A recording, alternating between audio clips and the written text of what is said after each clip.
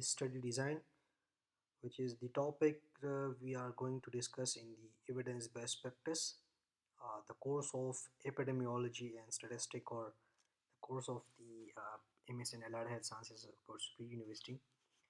So ये हमारा second lecture है that we will mainly focus on the different study designs. Part 1 and part 2 we will focus on the experimental studies. What actually study design is? So it's all about the framework या जो एक set methods हैं या procedure है जो कि हम use करते हैं for the collection analyzing of the data, जो कि contain करते हैं different variables पे, particularly एक research problem पे. If for example you are interested in the breast cancer, तो वो जो वेरिएबल्स है वो होली सोली रिलेटेड, तो जो स्क्रीनिंग है तो वो स्क्रीनिंग रिलेटेड है. अगर वो स्टेजिंग के रिलेटेड है तो स्टेजिंग. अगर आप दूसरे टॉपिक पे इंटरेस्टेड है लाइक पोस्ट ड्यूरल पंक्चर हेडेक, तो जो आपका वेरिएबल है वो आपका पोस्ट ड्यूरल पंक्चर हेडेक होगा. तो उसके अकॉर्डिंग आप जो है वो डेटा एनालाइज करेंगे और कलेक्ट करेंगे. So this is all about the जिस मेथड के थ्रू आप डेटा कलेक्ट करते हैं और उसको फिर एनालाइज करते हैं और इंटरप्रेट करते हैं, तो वो डिज़ाइन क्या है, वो स्टडी डिज़ाइन है. सो रिसर्च डिज़ाइन जो है वो जो आप एपिडेमियोलॉजिकल एस्पेक्ट से देख लें तो कुछ क्वालिटेटिव है, कुछ क्वांटिटेटिव है. क्वालिटेटिव और क्वांटिटेटिव में फ़र्क ये है कि अगर क्वालिटेटिव की हम बात करें तो वो फोकस करते हैं क्वालिटी पे, और जो क्वांटिटेटिव है वो क्वांटिटी पे डिपेंड करता है. अगर हम बात करें कि if you are interested in the sleep pattern और द स्पीच थेरेपी, और लाइक एक फिनोमेना की आप बात कर लेते हैं कि ये किस तरह के हैपन होता है, तो वो आप क्वालिटी इंटरव्यू के थ्रू जो है वो कंडक्ट कर सकते हैं. अगर आप कहते हैं कि यार कितने परसेंट लोग में डिजीज़ कॉमन है, तो वो आप क्वांटिटेटिव स्टडी के थ्रू जो है वो फाइंड आउट कर सकते हैं. गोल की हम बात करें तो ये आपके हाइपोथेसिस जनरेटिंग में हेल्प कर रही होती है, सही है. बट जो क्वांटिटेटिव होते हैं वो आपके हाइपोथेसिस टेस्टिंग में और उसके प्रोडक्शंस में हेल्प कर रही होती हैं. या अगर आप बात करें क्वालिटेटिव फिनोमेना, जो एक फिनोमेना को अंडरस्टैंड करने के लिए जो स्टडी कंडक्ट की जाती है वो क्वालिटेटिव होती है. डेटा कलेक्शन जो है वो क्वालिटेटिव में इंटरव्यू और ऑब्जर्वेशन के थ्रू हम फाइंड आउट कर सकते हैं. और जो क्वालिटेटिव क्वांटिटेटिव है, सॉरी, वो आप सर्वे या जो एक प्री फॉर्म या प्री डिज़ाइन क्वेश्चन के थ्रू या एक्सपेरिमेंट के थ्रू आप डेटा कलेक्शन कर सकते हैं. क्वालिटेटिव में डाटा जो है वो आपके स्टोरीज होंगी, टेक्स्ट होंगे, इंटरव्यूज़ होंगे, ऑडियो रिकॉर्डिंग होगी, वीडियो रिकॉर्डिंग होगी. क्वांटिटी में जो है वो आपका डाटा न्यूमेरिक फॉर्म में होगा, आइदर डिस्क्रीट होगा और कंटिन्यूअस होगा. सैम्पल साइज़ जो है वो क्वालिटेटिव में हम थोड़ा सा कम रखते हैं, बिकॉज वहाँ पे जो जो इंटरव्यूज़ होते हैं बहुत ही लॉन्ग होते हैं, तो फिर उसको इंटरप्रेट करना और ये जो एनालिसिस है उसकी थोड़ी सी मुश्किल होती है. फिर क्वांटिटेटिव में आपका सैम्पल साइज़ जो है वो लार्ज होता है. टॉकिंग अबाउट दी रिसर्च, तो एक क्वांटिटेटिव है, क्वालिटेटिव क्वालिटेटिव की हम नेक्स्ट स्लाइड में बात करेंगे. तो क्वांटिटेटिव में हम ऑब्जर्वेशनल है और एक्सपेरिमेंटल है. ऑब्जर्वेशन में फिर दो है. ऑब्जर्वेशन में हम क्या करते हैं कि यहाँ पे हम हाइपोथेसिस जो है वो जनरेट करते हैं. एक्सपेरिमेंटल में हम फिर हाइपोथेसिस पर टेस्ट करते हैं. ऑब्जर्वेशन में फिर दो है, एक डिस्क्रिप्टिव है, एक एनालिटिकल है. डिस्क्रिप्टिव की अगर हम बात करें तो कुछ इंसिडेंट स्टडी है, कुछ प्रेवलेंट स्टडीज़ है, क्रॉस सेक्शन की हम बात कर लेते हैं. एनालिटिकल में हम डिस्क्रिप्टिव में हम बात करें तो स्पेसिफिकली आपके केस स्टडीज़ हैं, केस रिपोर्ट्स हैं, केस सीरीज़ हैं, या इकोलॉजिकल स्टडीज़ हैं, वो आप क्या जाते हैं. और जो एनालिटिकल है वो आपके क्रॉस सेक्शनल, जिसको आप स्क्रीनशॉट या स्नैपशॉट जो है वो स्टडी कह सकते हैं. केस कंट्रोल इन कोहार्ट में फिर आपके प्रोस्पेक्टिव रेट्रोस्पेक्टिव. आपने ये सारा जो है वो हम एक एक इंडिविजुअल पढ़ेंगे. आपकी क्रॉस सेक्शन क्या है, केस कंट्रोल क्या है, कोहार्ट क्या है. ऑब्जर्वेशन स्टडी की हम बात करें तो ये क्या करती है, एक naturally occurring relationship between exposure and outcome उसको डॉक्यूमेंट कर रहा होता है. लाइक अगर आप बात करें कि cigarette smoking and lung cancer में कुछ एसोसिएशन है, कुछ रिलेशनशिप है, तो वो यही कहेगा कि हाँ, हाइपोथेसिस ये जनरेट करेगा कि भाई जो लोग स्मोकिंग कर रहे हैं उनमें कैंसर के चांसेस हो सकते हैं. अब वो है या नहीं है वो फिर आप एक्सपेरिमेंटल में जो है वो डिस्कस करेंगे. So the researcher does not do any active intervention. बाकी ये इंटरवेंशन जो है वो आपकी एक्सपेरिमेंटल स्टडी का हिस्सा है. ऑब्जर्वेशन में ऐसा कुछ नहीं करना, आपने जस्ट ऑब्जर्व करना होता है. evaluate the incidence of diabetes in Thailand, compare with the treatment result between patients who have a high and low educational level. ये आपके ऑब्जर्वेशन स्टडीज़ में वो आ जाते हैं. लाइक अगर आप बात करें so the knowledge, practice, and attitude among all the patient, among the student of allied health sciences to breast cancer awareness या जो है वो breast सेल्फ एग्जामिनेशन की आप बात कर लेते हैं. फिर जो डिस्क्रिप्टिव है वो हम एनालिटिकल और डिस्क्रिप्टिव में जो है वो ऑब्जर्वेशन स्टडी जो है वो डिवाइड करते हैं डिस्क्रिप्टिव एंड एनालिटिकल में. एक्सपेरिमेंटल स्टडी में हम इंटरवेंशन करते हैं और जो कि आपके डायरेक्ट कंट्रोल में हो, जो रिसर्च के डायरेक्ट कंट्रोल में हो तो तभी आप एक्सपेरिमेंटल स्टडीज़ कर सकते हैं. For the now we will mainly focus on the observational study, जिसमें आपके डिस्क्रिप्टिव एंड एनालिटिकल स्टडी आ जाती है. ऑब्जर्वेशन स्टडीज़ में आपके डिस्क्रिप्टिव में वही बात आ जाती है और यहाँ पे इंसिडेंट स्टडी है एंड प्रेवलेंस स्टडी है और cross sectional case control and cohort. Prevalence क्या है? So it's a proportion of individual who have a specific characteristic in a given time period among the number of the population. Like आप कहते हैं कि those people who are suffering from the particular diseases among all the entire population, तो आपकी prevalent आ जाती है. Prevalence जो है वो आपके जो ओल्ड केसेस हैं वो आप आ जाते हैं. इंसिडेंस में हम ओल्ड प्लस न्यू केसेस जो है वो काउंट करते हैं. या आप देख लें क्रॉस सेक्शनल स्टडी जो है उसको हम आल दो प्रेवलेंस स्टडी भी कहते हैं. कोहार्ट को हम इंसिडेंट स्टडी कहते हैं. क्रॉस सेक्शनल स्टडी जो है वो क्या है? सो क्रॉस सेक्शनल की हम बात करते इट्स लाइक स्नैपशॉट जो है वो या स्क्रीन शॉट आप कह लें. लाइक अगर फॉर एग्ज़ाम्पल इस पॉपुलेशन में एक लोग हैं जो कि एक सर्टन डिजीज़ से जो है वो सफ़र हो रहे हैं, तो हम यही पूछेंगे at this time are you suffering from this particular disease. तो उसका रिस्पॉन्स क्या आएगा? येस या नो. अगर हम बात करें कि आपको अस्थमा है तो कहेंगे येस या नो. तो हम कहेंगे कि 100 में से 40 लोग को अस्थमा है और 60 लोग को जो है वो अस्थमा नहीं है. So it's estimate the prevalence. Like आप उसको ऑड रेशो कैलकुलेट कर सकते हैं. So the prevalence in exposed, unexposed and the exposure में भी because of the disease. So pros क्या है कि ये बहुत चीप स्टडी है, क्विक आप कंडक्ट कर सकते हैं और ये आपको प्रेवलेंस है जो अर्ली फिनोमेना है वो आपको बता सकते हैं. बट कौन सी है कि आप जो है वो कॉजल रिलेशनशिप फाइंड नहीं कर सकते. You can just do an association not an relationship. यहाँ पे आप देखें कि जो 2x2 टेबल है जो हम एपिडेमियोलॉजिकल स्टडी में हम ऑलवेज कंडक्ट करते हैं, उसमें क्या होगा कि आपके जो है वो डिजीज़ होंगे और रिस्क फैक्टर होंगे.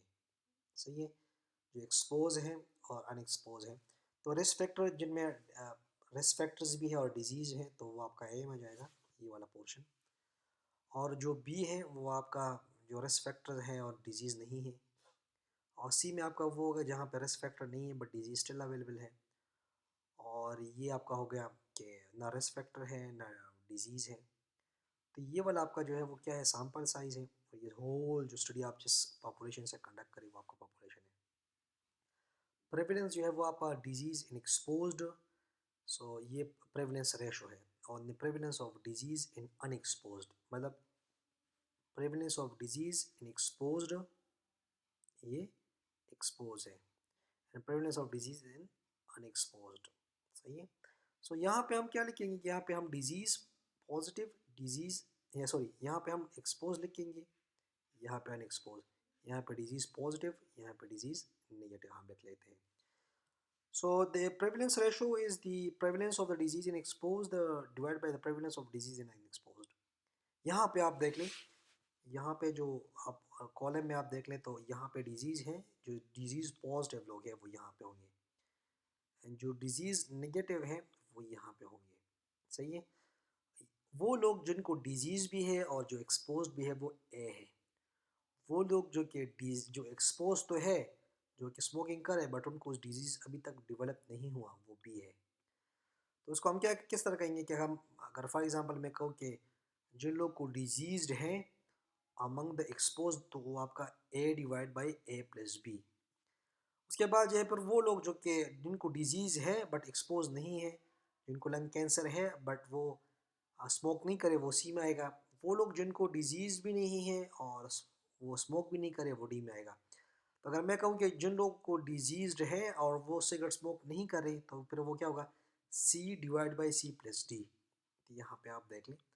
सो द प्रेवलेंस रेशो जो है वो क्या होगा, the prevalence of disease in exposed, वो A divide by A plus B होगा।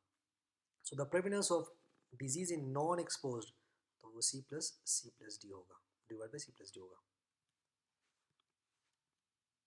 सो यहाँ पे आप देख ले, वो लोग जो कि अल्कोहल पी रहे होते हैं, कंजम्पशन कर रहे हैं, उनमें सिरोसिस जो है वो कितने हैं, 80 है।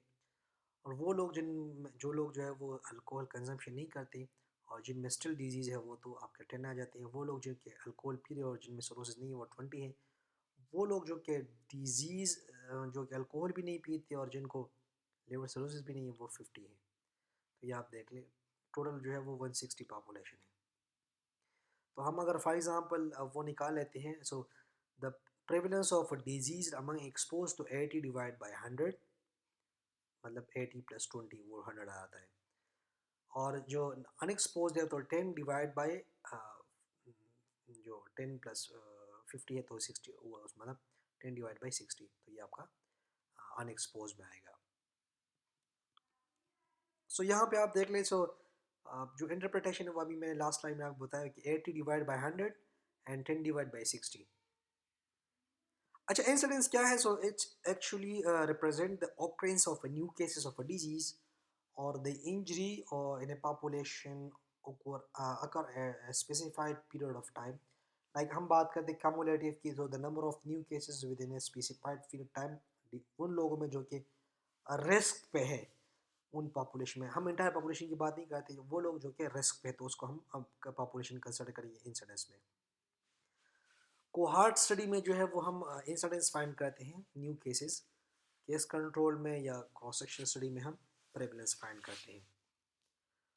कोहार्ट में जो है वो कोहार्ट क्या है, वो लोग जिनकी करेक्टरिस्टिक जो है वो सिमिलर होती है, लाइक जो उनके डिजीज़ फ्री होंगे इनिशियली, ये करेक्टरिस्टिक है आपकी कोहार्ट की। कोहार्ट ये करेक्टरिस्टिक है कि वो लोग जो कि डिजीज़ फ्री होंगे और जिनकी सिमिलरिटी जो है वो होगी, मतलब अगर आप बात करें तो अगर वो आपकी पॉपुलेशन जो है वो हिस्पैनिक है तो वो हिस्पैनिक होंगी। अगर आप कंडक्ट करना चाह रहे तो नॉन हिस्पैनिक तो वो नॉन हिस्पैनिक होंगे। ऐसा नहीं होगी कुछ लोग हिस्पैनिक होंगे कुछ नॉन हिस्पैनिक होंगे, नहीं, सेम करेक्टरिस्टिक के लोग होंगे। उसको फिर आप एक्सपोज करेंगे, एक सर्टन दो ग्रुप में कन्वर्ट करेंगे, एक ग्रुप ए एक ग्रुप बी, उसमें फिर आप एक्सपोज करेंगे उस पेशेंट को। सही है। उसके बाद फिर क्या होगा, उसको आप फॉलो करेंगे एक सर्टन टाइम पीरियड के लिए।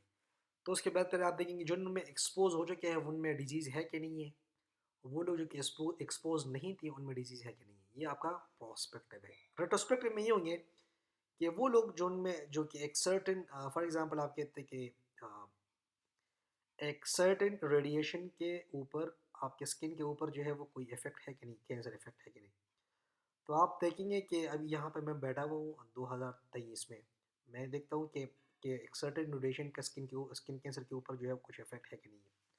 तो वो लोग जो कि एक्सपोज थे 2010 में एक रेडियोलॉजिकल प्रोसीजर में, जो रेडियोलॉजी टेक्नीशियंस है, टेक्नोलॉजिस्ट है, या जो डॉक्टर्स है, रेडियोलॉजिस्ट है, उनको मैं लूँगा और उनकी फिर मैं टेस्ट करूँगा जो स्किन कैंसर रिलेटेड जितनी भी है। उसमें मैं देखूँगी कि जिनमें डिजीज़ है कि नहीं है, या वो लोग जो जिन्होंने रेडियो 10 साल से 2010 से अभी तक जो है वो रेडियोलॉजिकल प्रोसीजर में कुछ हेल्प वो नहीं की, पार्टिसिपेट नहीं किया, तो उनमें फिर मैं टेस्ट करूँगा डिजीज़ है कि नहीं है। तो ये हो गया रेट्रोस्पेक्टिव, मतलब मैं पीछे से जाके वो कर लूँगा। यहाँ पे एक आप बात याद रखिएगा कि वो लोग जो कि आपको अभी से पता चल गया कि ये लोग 2010 में एक्सपोज थे और अभी आपको पता चल चुका है कि ये लोग डिजीज़ है इनको, तो फिर आप उसको एक्सक्लूड करेंगे, ये आपको पता नहीं होना चाहिए। So prospective it's a longitudinal study, follow up study, जिस तरह मैंने आपको कहा हुआ कि अभी से मैं एक्सपोज करूँगा 2032 में फिर मैं बात करूँगा। So follow disease free study population over time period. So incident in exposed unexposed, exposed maybe because of diseases, pause क्या है कि explain the causal relationship, it's identify or define the incidence of a disease। Cause ये है कि expensive है और time बहुत ज़्यादा ले लेते हैं और इसके लिए आपको सैम्पल साइज़ की ज़रूरत, बड़े सैम्पल साइज़ की ज़रूरत जो होती है, बिकॉज आप काजल रिलेशनशिप जो है वो स्टैब्लिश करना चाह रहे हो। यहाँ पे आप देखें कि एक प्रेजेंट स्टडी में 2023 में बैठा हूँ, वहाँ पे मैं दो ग्रुप बना लेता हूँ, वो लोग जिनमें रिस्क फैक्टर प्रेजेंट हैं और वो लोग जिनमें रिस्क फैक्टर ऐप नहीं है।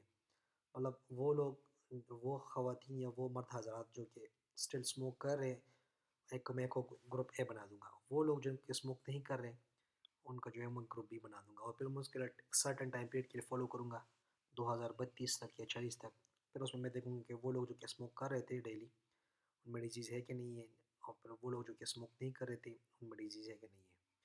वो लोग जो कि इस ग्रुप में थे अभी सिगरेट स्मोक नहीं करे, 2 साल बाद 3 साल बाद उन्होंने जो है वो सिगरेट स्मोकिंग स्टार्ट की है, तो फिर उसको आप एक्सक्लूड करेंगे स्टडी से।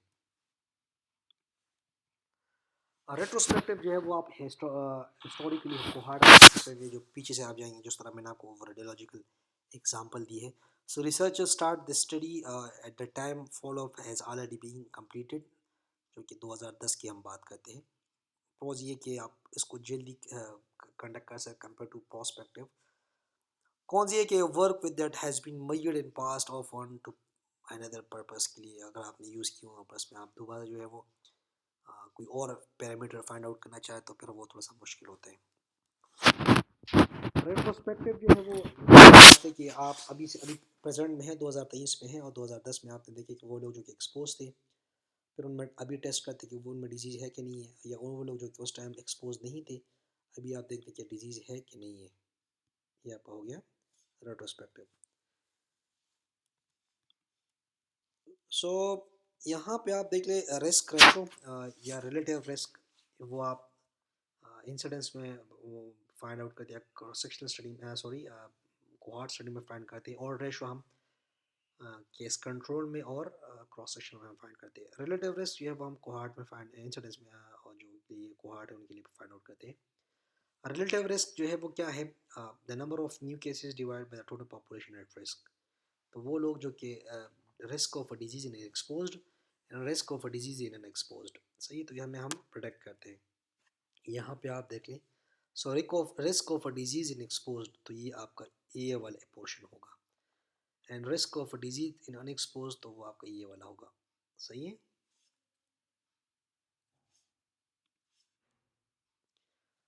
केस कंट्रोल स्टडी क्या है, केस कंट्रोल स्टडी जो है वो बहुत इजी है। यहाँ पे हम क्या करते हैं, एक ग्रुप जो है वो डिजीज़ ले लेते हैं जो अकेले ऑलरेडी उस डिजीज़ से जो है वो सफ़र कर रहे हो, और वो लोग जो कि स्मोक नहीं कर रहे, मतलब सॉरी सफ़र जो वो लोग जो कि एक ग्रुप तो ये होगा जिनमें हमने ऑलरेडी डिजीज़ जो है वो डेवलप हो चुकी होगी, फॉर एग्जांपल लंग कैंसर। दूसरा ग्रुप ये होगा जिनमें डिजीज़ जो है वो नहीं होंगे, हेल्दी पेशेंट होंगे, उनमें हम देखेंगे कि एक्सपोज्ड है कि नहीं है।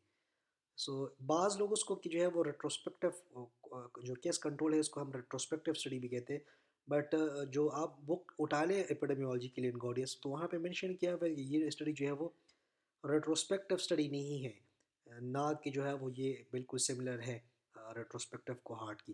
Case control itself another study है, इसको आप रेट्रोस्पेक्टिव कोहार्ट नहीं कह सकते। सो इफ़ द केस है एक्सपोज कंट्रोल, जो एक्सपोज्ड है तो वो आपका केस होगा, सॉरी जो जिनमें डिजीज़ है वो आपका केस होगा, जिनमें डिजीज़ नहीं है वो आपका कंट्रोल होगा। So if case has exposed then control the patient potential risk may be a cause of the disease, always a retrospective, but this is not actually हम कहते हैं कि retrospective study, this is the mood of the study, इसको आप कह सकते हैं। Pros ये कि efficient for a rare disease and a disease with a long latency period, and cons ये है कि prone to bias, no prevalence and incidence जो है वो आप इसको प्रोडक्ट नहीं कर सकते। यहाँ पे आप देखिए जिनमें डिजीज़ है वो का केस होगा, जिनमें डिजीज़ नहीं है वो कंट्रोल होगा, फिर आप देखिए कि रिस्क फैक्टर है कि नहीं है, रिस्क फैक्टर है कि नहीं है दोनों में। प्रोबेबिलिटी क्या है कि चांस है of being interesting event out of all possibilities, like throwing a dice जो है वो प्रोबेबिलिटी गेटिंग ऑफ वन, तो 6 उसमें आ रहे हैं तो उनकी आपकी प्रोबेबिलिटी 1% है, हाँ सॉरी 1 है। सो ऑड रेशो क्या है, या probability divide by 1 minus probability, and जो ऑड रेशो है, और प्रोबेबिलिटी क्या है, फिर आप उस ऑड रेशो को जो है वो डिवाइड करें 1 प्लस ऑड रेशो, तो ये आपका हो गया odd and probability. So odd ratio क्या है, सो नो प्रेवलेंस और incidence in case control study, so not possible to calculate relative risk. So हम क्या करते हैं, odd ratio of expose in cases, odd ratio of exposed in control. यहाँ पे आप देख ले तो A divide by sorry A divide by C divide by B divide by D, तो ये आपका क्या आएगा, ऑड रेशो आएगा। यहाँ पे आप देख लीजिए, सो यहाँ पे देखिए कि the odd of the exposed in cases, ये केसेस है सी अमंग जो आपके आ रहे होते हैं अनएक्सपोज में, in the odd of exposed in control, तो ये आपका हो गया B divide by B divide by D.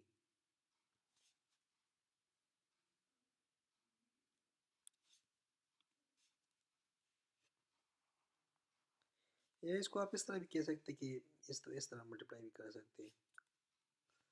यहाँ पे आप देख ले तो जो अल्कोहल है उसमें आपके ओ आर क्या होगा और डिजीज़ में जो है वो आपका ओ आर क्या होगा, तो वही बात है 80 डिवाइड बाई